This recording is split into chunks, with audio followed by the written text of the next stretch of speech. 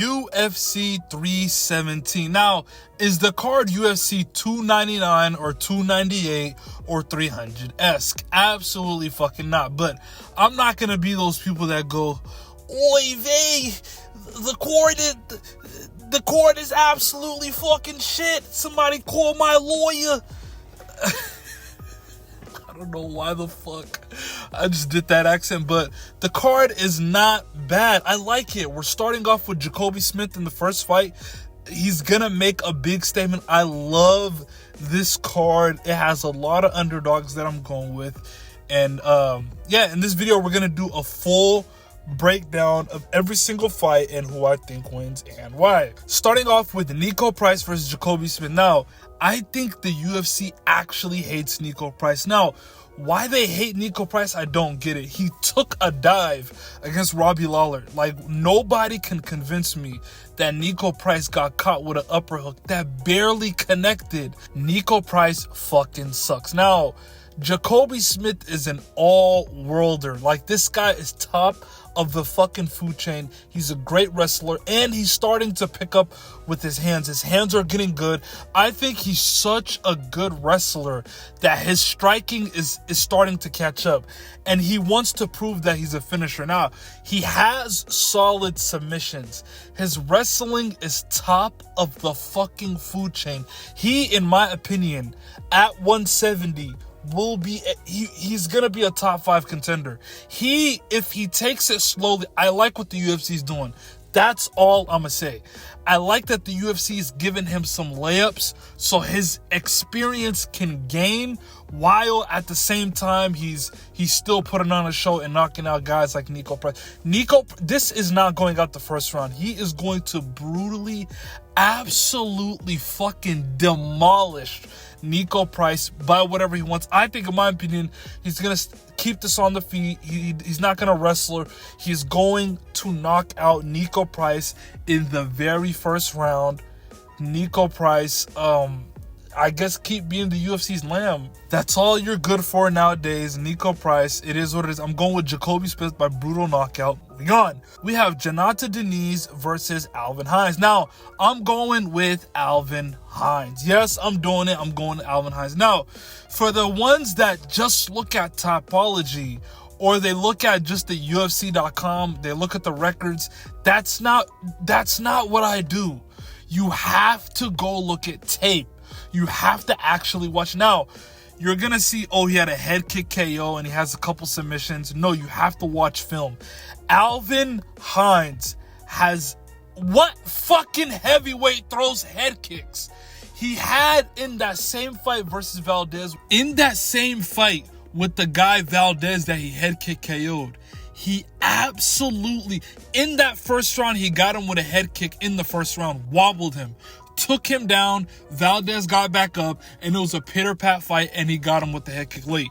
That guy, I don't see heavyweights throwing head kicks. He is going to, and he has very good wrestling. Something that Tybura did to him, Austin Lane, like, you're getting taken down and held down by these guys. I think Alvin Hines can do exactly what Marcin Tybura did to Diniz. He could take him down, hold him against the fence, then drag him down. It's gonna be so fucking hard for Diniz in a short period of time to learn takedown defense and to fish for underhooks, go against the cage, use the cage as your friend. It's gonna be hard for a guy like Diniz to learn this on the fly. Now, he's a very good kickboxer.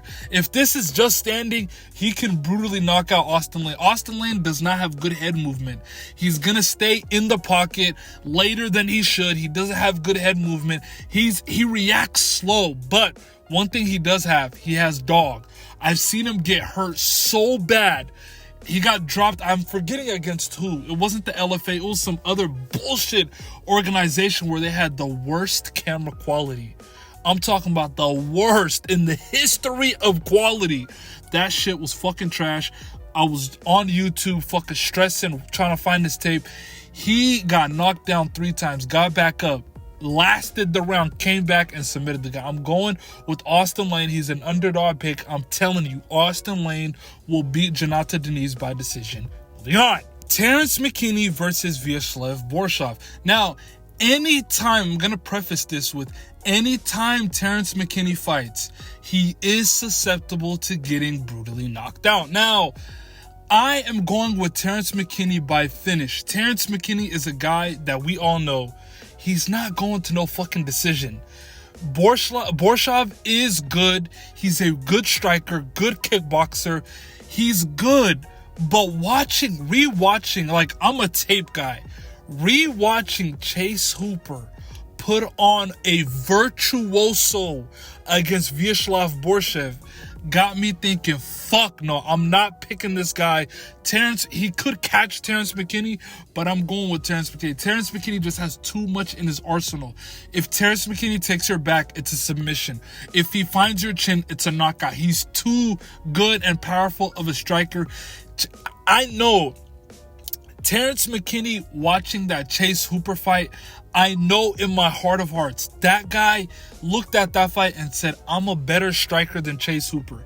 Chase Hooper was styling on Borchshev. I could not believe it. This is not fucking real. But guess what? It happened. A kickboxer getting fucking styled on by a grappler and then getting submitted. This is what we call the UFC. Guys fucking get fucked like that. Not all the time, but I was a fan of Vyacheslav Borchshev. I like the guy. It's like the NFL. There could be games where we're competitive, we're 8-0, we're competitive in every game, or let's say we're 4-4, we're competitive in every single game. And then you get to that 9th game and you lose 50-0. You know what you do? You go, you know what? That is not us. That does not represent us. Fuck that shit. Throw that out. We're not even going to count that. That's not us. That they like to call it a throwaway game. But against a guy like, I can't throw that away. That wasn't it wasn't me type of night. It's a guy that's not a good striker. Styling on you. Almost getting a finish on you. No, I can't let that go. I'm going with Terrence McKinney by finish, in my opinion, by knockout. Now, it can be submission. He can take him down. It could be, I could see it two ways for this. I could see the club and sub where he knocks him down and gets a submission. And I could see Terrence McKinney muscling him, taking him down, and going for a submission. I'm going with Terrence McKinney by finish, in my opinion, by knockout, by ground and pound. And that is that. Moving on, we have Viviana Araujo versus Tracy Cortez. Now, who the fuck is going to be watching this? Unfortunately, I'm going to watch it. Tracy Cortez, here's the thing about Tracy Cortez. Tracy Cortez, she's an okay fighter. I'll tell you this. The Jasmine Jastovicius fight has aged like fine fucking wine. Now, it was an okay fight. I thought Tracy Cortez won. But that win is aging really, really good. Her fight with Rose was, I don't know. It just doesn't seem like Tracy Cortez wants to be a fighter. Now, there are people saying, well, Viviana's older. She's almost 40. But I think that's going to help her. Her experience. She has lost to like Amanda Ribas and Alexa Grasso, and went to a decision with, what's her name? She went to a decision with Natalia Silva. I think all of that shows that even if she's losing, she has the experience. I'm forgetting her name, Silva, who's a really, really, Karina Silva. I'm forgetting her name. She's really fucking good. In WMMA, she is what we like to call a finisher. She is good. She beat her. That's a really, really, and mark my words, that will age like fine wine. But Tracy Cortez, rewatching the Thug Rose fight, I'm like, damn, I remember Rose doing good. But, man, Rose was doing whatever the fuck she wanted. Rose was taking her down at will. I'm like, I can't go with Tracy Cortez. She doesn't look focused. Her striking is absolute. WMMA has bad striking. Her striking is abysmal. I do not like Tracy Cortez striking. Her striking is so like move forward, just enough to take you down, hold you down, not advance into a submission. Her record is the definition of what we like to call absolute cans. Outside of the Jasmine fight and the Rose fight, the rest are fucking cans, all of them. So she's not going to advance to a knockout, to a submission. She's just going to hold her in half guard. I think by damage, Viviana Araujo is going to beat Tracy Cortez via experience and damage. Maybe Tracy Cortez steals around 29-28, but I'm going 29-28 Viviana Araujo. Moving on. We have Hyder Amil versus Jose Delgado. I'm going with Hyder Amil. Jose Delgado with all the hardcores, bro. Like, you look at all the hardcores, they're all picking Jose Delgado. I don't get it for the fucking life of me. Jose Delgado is fucking overrated. His fight with Conor Matthews is all you need to know. He got fucking taken down 2 times in the first minute versus Conor Matthews at will. If Conor Matthews had any sort of control, he could have controlled him for an entire round. He doesn't know how to get back up. People hated when I picked Kamaru Usman to beat Joaquin Buckley. I'm doing the same reason here. He doesn't know how to get back up. Hyder Amil has really good grappling. Outside of that, he has really good wrestling. He knows how to secure rounds by taking you down and fucking holding you down. Now, a guy like William Gomez, he couldn't hold him down like that. William Gomez was constantly getting back up. He has that French style where we're going to kickbox, but we're also going to know takedown defense and getting back up. He doesn't have that. Jose Delgado is good from range. Hyder Amil is not going to fight you from range. Hyder Amil is going to push the pace. Hyder Amil is going to be in your face boxing range. Now, can he throw a spinning back fist and catch Hyder Amil? Yes, but Hyder Amil doesn't quit. Hyder Amil is the type of guy to get fucking knocked down 100 times and get you and finish you. Hyder Amil was getting tagged up by one William Gomez, but the thing that Hyder Amil has, he's gonna push the pace. He's gonna make sure that he's not outside of your distance. He's gonna be all the way inside, like what does Mighty Mouse say? The void. He's gonna be all the way inside, pressuring him. Anytime Delgado lets up, he's gonna take him down. If he doesn't, he is going to fucking pressure him. I can even see a Hyder Amil finish, but to stay safe, and with my pick, I'm going Hyder Amil 29-28, leaning towards 30-27, Hyder Amil. He's gonna push the pace. A guy like Jose Delgado is unproven. He hasn't done nothing. He has faced fucking cans. Conor Matthews took him down, held him down for a little bit. And one thing I'm gonna say, the way he gets up, Hyder Amil has fucking short arms, so I don't think he's gonna be able to do it. But a Darce is there. A Darce, an Anaconda, whichever one you want to punch through, it's going to be there. He gets up with the front headlock way where he puts both of his hands on the ground trying to get back up. That is a big no-no. Ask Renato Moicano. That is a big no-no. He's going to punch the arm through and get a Darce or an Anaconda, but Hyder Amil has fucking T-Rex arms, so that's not going to fucking happen. But I'm going Hyder Amil 29-28, leaning 30-27. It could be 29-28, but I'm going in some sort of like a swing round where they give it to Jose Delgado, but I'm going Hyder Amil by decision. Moving on, we have Jack Hermanson finally coming back versus Gregory Rodriguez. I'm going with Gregory Royval Cop Rodriguez. Now, Gregory Rodriguez, if this was a 5-rounder, I'm going with Jack Hermanson. Jack Hermanson is what all these guys like to call a crafty fucking vet. He's gonna roll for leg locks. He's gonna do whatever it takes to secure rounds. He's a half guard camping son of a bitch. He's gonna do whatever it takes to win. He'll hold you, he'll smudge you. Go ahead and ask Joe Pyfer. He's really good grappler, but it's a 3-rounder. RoboCop is going to brutally hurt Jack Hermanson. The only way Jack can win is, listen, he has to fucking The kid has to fucking go on his bike. Do you see Jack Hermanson running for 3 rounds? I can see that. But RoboCop is going to cut the cage. He's going to hunt him down. He's going to hurt him badly. I can see a finish because of how long he was out. Now, I can see a finish, but I'm going once again like I did with Hyder Amil. I'm going RoboCop by decision. Jack Hermanson is just crafty enough to stay alive and survive. He's going to cut the cage on Jack. RoboCop's going to hurt him multiple times. Now, the 3rd round, can Jack steal it? Sure. That's why I'm saying 29-28. Gregory, RoboCop, Rodriguez in an absolute dogfight in the 3rd, where he is the one that's kind of getting pushed up against the fence by Jack.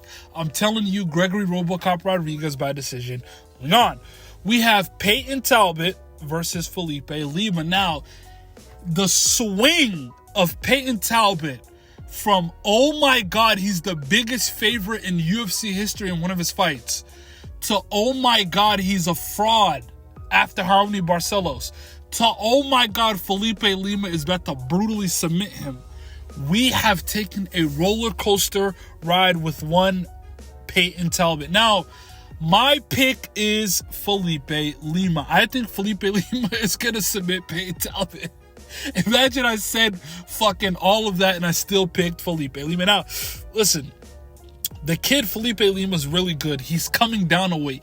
He is what I like to call a bruiser. The guy is, and he's low-key, a stubborn, stocky weight bully. The guy's a 45, we're coming down to 35. He's stocky, he's fucking strong.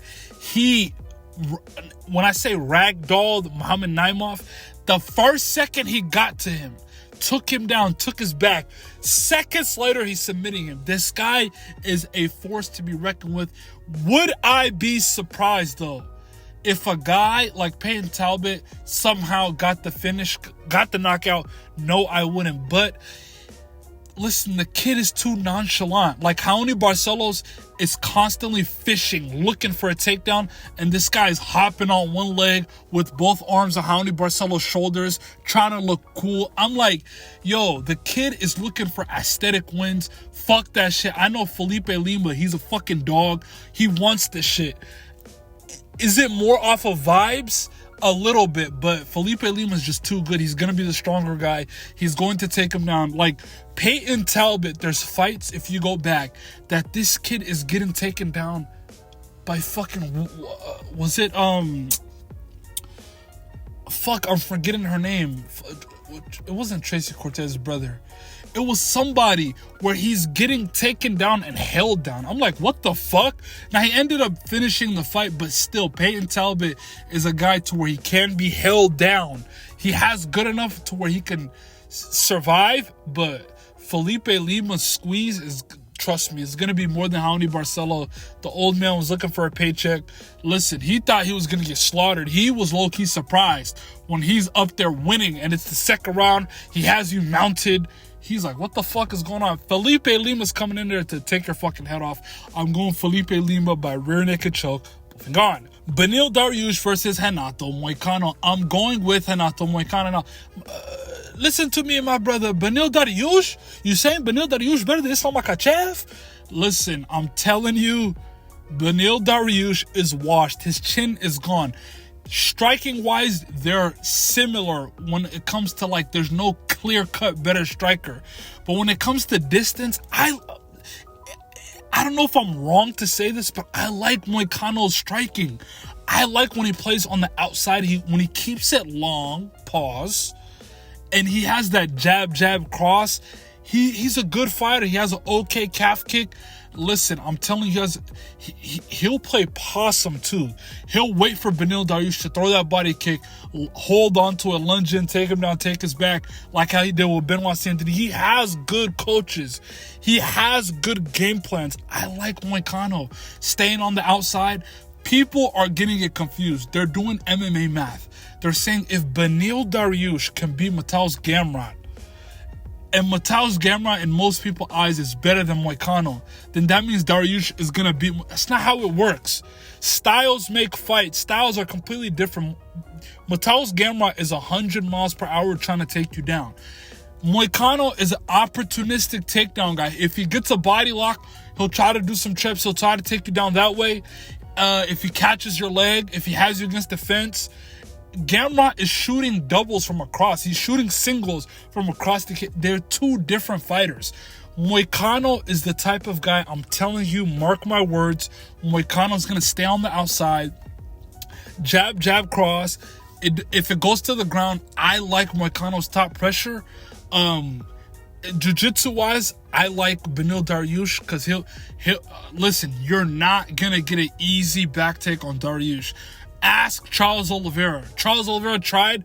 Dariush went for a leg lock. Charles Oliveira posted off the left hand, came around, swimmed around, got on top and finished him. But I'm telling you, if Moicano can get top in mount, even in half guard, if he can just get 3/4 mount, anything, if he can get to the top, he can finish Beneil Dariush from there. Also, I can see a world where he knocks out Dariush. Dariush's chin, the days where he's a marauder, where he's walking down guys and his chin is up, those days are gone. Arman Tsarukyan never does that to people. Like, think about it. Arman never, like, walks people down and, like, knocks them out. Like, Dariush was out on his feet against Arman. And I'm like, what the fuck? Dariush is cooked. He's coming off of 2 brutal knockouts. Moicano's going to stay on the outside. And if he gets a good cross, he can knock him out, knock him down, then fucking TKO. I'm going with Money Moicano by TKO via elbows to his skull. And Beneil Dariush is covering up, and he's going to retire. Moving on. We have Brandon Royval versus Joshua Van. I'm going with Brandon Royval. Brandon Raw Dog Royval. Arr! Listen, Brandon Royval gets disrespect. I'm a fan of Joshua Van. I was early on Joshua Van. He is one of my favorite fighters. Joshua Van, I love his style. He reminds me of a guy like Petr Yan, to where he's downloading information, and as the fight goes, his computer is up to date. He notices patterns. He notices every time you make every time I throw a calf kick, he checks it this way. Every time I fake him, every time I throw a fake, this is what he does. Every time I throw a jab, he goes this way. Any little thing you have, he picks it up and he gets better as the fight goes on. But Royval is getting underrated. Brandon Royval has so many ways to win. He could play the outside game to where he's not in the pocket with Joshua Van. He can play the outside like how he did against Brandon Moreno. Tap, tap, tap, calf kick. Tap, tap, tap, calf kick. Run around. Anytime he gets pressure, throw that knee up the middle. If he can take Joshua Van down, which I don't think he can, if they ever go to the ground, or if Joshua Van takes him down, his jiu-jitsu is all world. Like, he doesn't get a chance to show it a lot because, I mean, he's finished Matthäus Nicolau, he's finished Kaikar France. The Pantoja fights is where people get it fucked up. The Pantoja fight, Pantoja's probably the best flyweight ever after Mighty Mouse. Like, it's not bad that he's losing the Pantoja has good top pressure. He's a dog, and even if he's tired, Pantoja has what we like to call arr. He's a dog. He's just a dog. Pantoja is gonna literally bite down on the mouthpiece and die before he lets you win. He will hold on for dear life. That's why Royval is losing those type of fights. But don't get it fucked up. If it goes to the ground, I favor Royval. Striking from distance, I favor Royval. Inside boxing, obviously Joshua Van. But from distance, Royval. Kicks, Royval. Head kicks, I think he's gonna use a lot of teep kicks, a lot of head kicks. He's gonna make sure that the height difference is understood, and everybody's understanding height matters when it comes to especially flyweights. Even if he gets him up against the cage and Joshua Van clinches, he'll snatch your neck. And I know guillotines, like, are you are we getting guillotines? But he has a good guillotine. He has a good rear naked choke. Brandon Royval is just top of the... He has a good Darce. He's really good submission. I'm going Brandon Royval by decision. It's going to be... I'm going 29-28. One other thing I'm going to mention. Joshua Van IQ sometimes... Listen, Edgar Showers, when he fought him, he has him up against the cage hurt. He goes for a fucking leg lock. What the fuck, Joshua Van? He has lapses to where at times I'm like, what the fuck are you doing, Joshua Van? He does fuck up sometimes. I'm not gonna lie there. He has times where he's going for leg locks, times where he's going all out, body, hooks to the body. He's going upstairs, downstairs, and he gets caught with a spinning elbow like Edgar Shawers did. He has times. He also doesn't do well when he's the one getting blitzed. He's usually the one that's pushing the pace. So this is Joshua Van's game plan. The first round, I'm going to strike with you. I'm going to download. A lot of downloading going on. Second and third round, I'm going to bank on my cardio and my striking and what I've downloaded so far to push the pace, to get you tired, so I can then try to go for the finish or absolutely batter you. But that's not going to work against Royval. Royval has really good cardio. He has really good IQ striking-wise. Like, who the fuck has... It gets me mad because who the fuck has Royval lost to? Moreno? That was a shoulder injury. He came back and beat Moreno. Pantoja, the greatest flyweight ever after Mighty Mouse. Like, it's not like the guy that's fighting for the belt, Kai Kara-France, finished him. So let's calm down on the Joshua Van hype. Now, I think Joshua Van beats Manel Cap. It's completely different games. Joshua Van is really good. He's not going to beat Brandon Royval. He's going to have a good one of those rounds. 29-28, Brandon Raw Dog Royval is going to beat him. Moving on.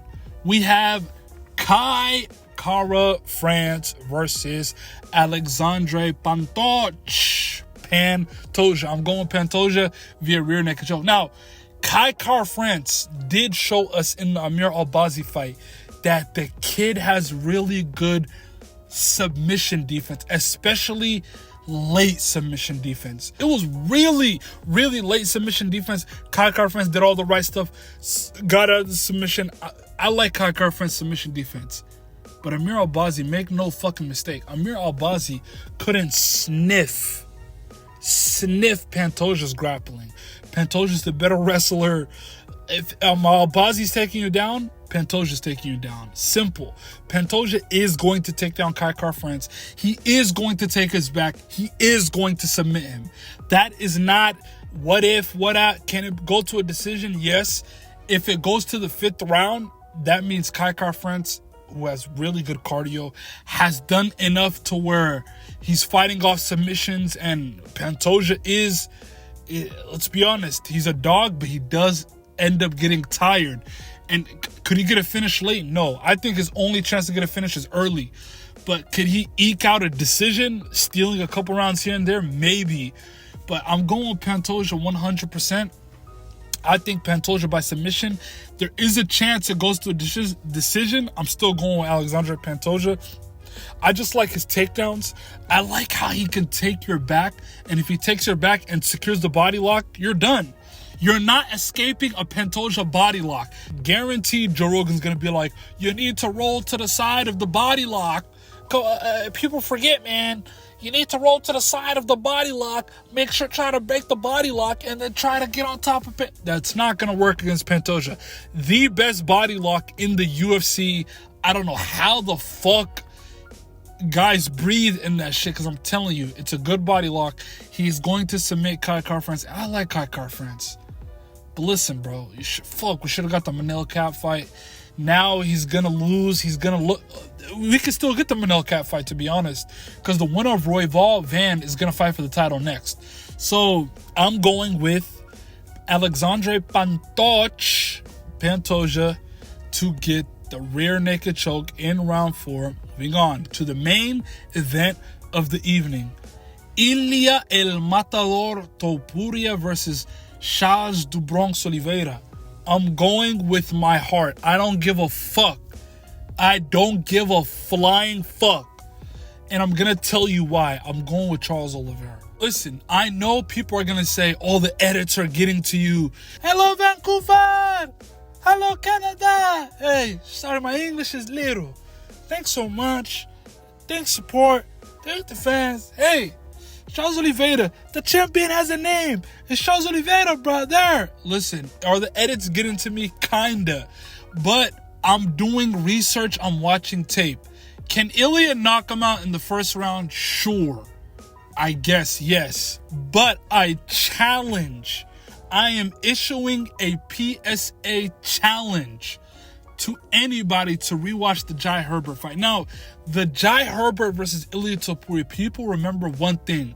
Two things, actually. They remember the head kick and they remember the brutal finish. They don't fucking remember the in-between. Rewatch that first round. ILIA Topuria is getting walked down. I'm talking about fucking like a bully. Jai Herbert, who's showing off he had like an 8-inch reach advantage over him. He's walking him down. Jab, jab, cross. Jab, jab, jab, jab. Doink, doink, doink. Every time ILIA's hands going, I'm like, what the fuck? I remember it being like a closer fight before the finish, but I don't remember Jai Herbert doing that. Jai Herbert was walking down ILIA Topuria with a jab, jab. ILIA would try to counter. Another jab, jab, jab. That fucking like the distance management is going to be how Charles Oliveira wins. You have to have good distance management with a guy like ILIA Topuria. You can't be in boxing range. That's where fucking Jai Herbert fucked up. He was getting pushed up against the cage, and this is where people also forget. ILIA Topuria went for an overhand, then a left to the body. As he's going back for the right to get the knockout, Jai Herbert, instead of covering up and then trying to circle off the cage, decided to throw a left hook, which he connected. But at what cost? He connected with the left hook, then he got connected with a right fucking overhand that took him out of the fuck. He didn't even have a chance to say anything. The guy took the overhand and went flatline dead. So Jai Herbert, in my opinion, got a little tad bit cocky. He's seen the success he was having in the first round. Like, it's on fucking YouTube. It's everywhere. It's on the... Go fucking rewatch it and stop just saying ILIA Topuria by whatever, bro. Like, I'm tired, bro. Like, Bedtime, fucking Guru. I don't know if it was ITP, but like Lucas, all these guys saying ILIA Topuria by brutal finish. Charles Oliveira is gonna beat him. Now, how is Charles gonna win? Stay on the fucking outside. Use your kicks. Charles Oliveira checks kicks good. ILIA Topuria has been doing a really, really fucking good job of targeting the calves early on. We did it with Volk. He did it with Josh Emmett. He did it especially with Max Holloway. Targets it early on. Negates your fucking movement. You can't move as good. You're not as like quick on your feet, especially against Max Holloway, which it kind of, you can see the difference. And then he starts working the body, and then he goes for the KO. As Charles Oliveira needs to check leg kicks early, stay on the outside, make sure, obviously, it's the fucking casual thing to say, oh, make sure to throw in some head kicks. But no, for real, throw in some head kicks, stay on the outside, stay with calves.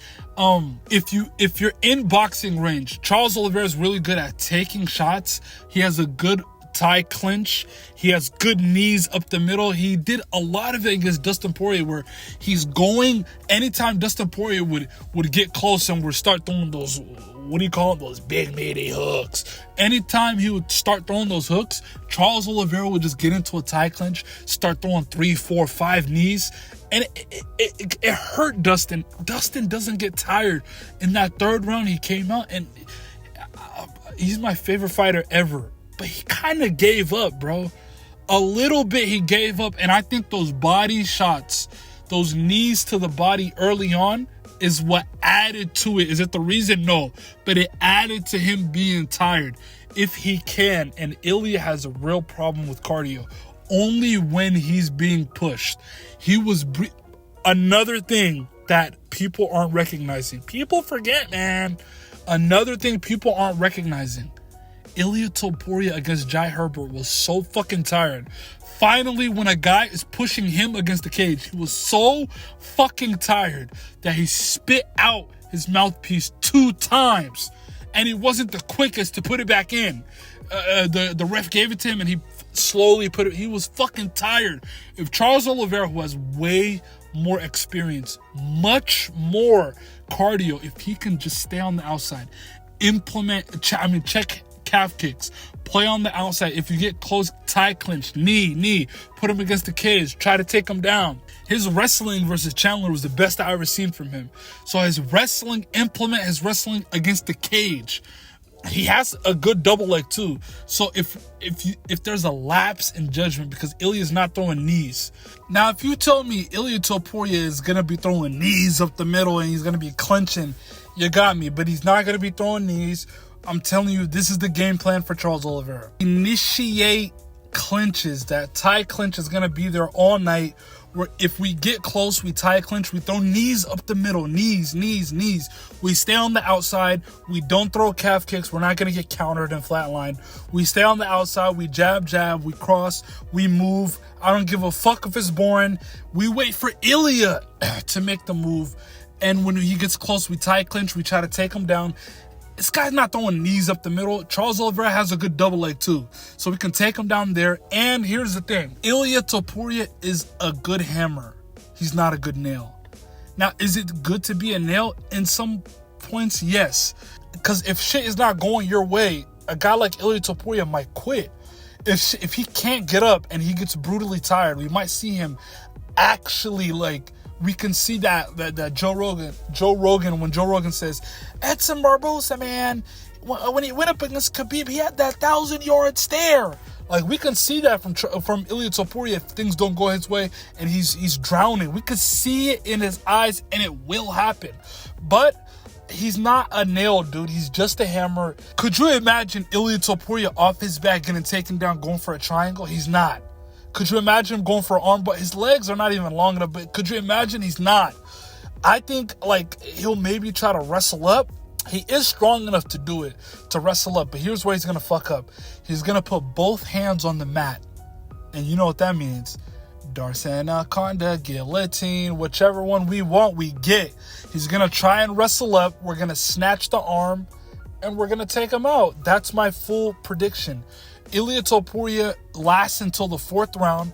We get knocked down maybe 2-3 times. ILIA TOPURIA is tired. He's tired of the pace, the nonstop action. And finally, he puts hands on the mat after we take him down, trying to wrestle up in the front headlock position.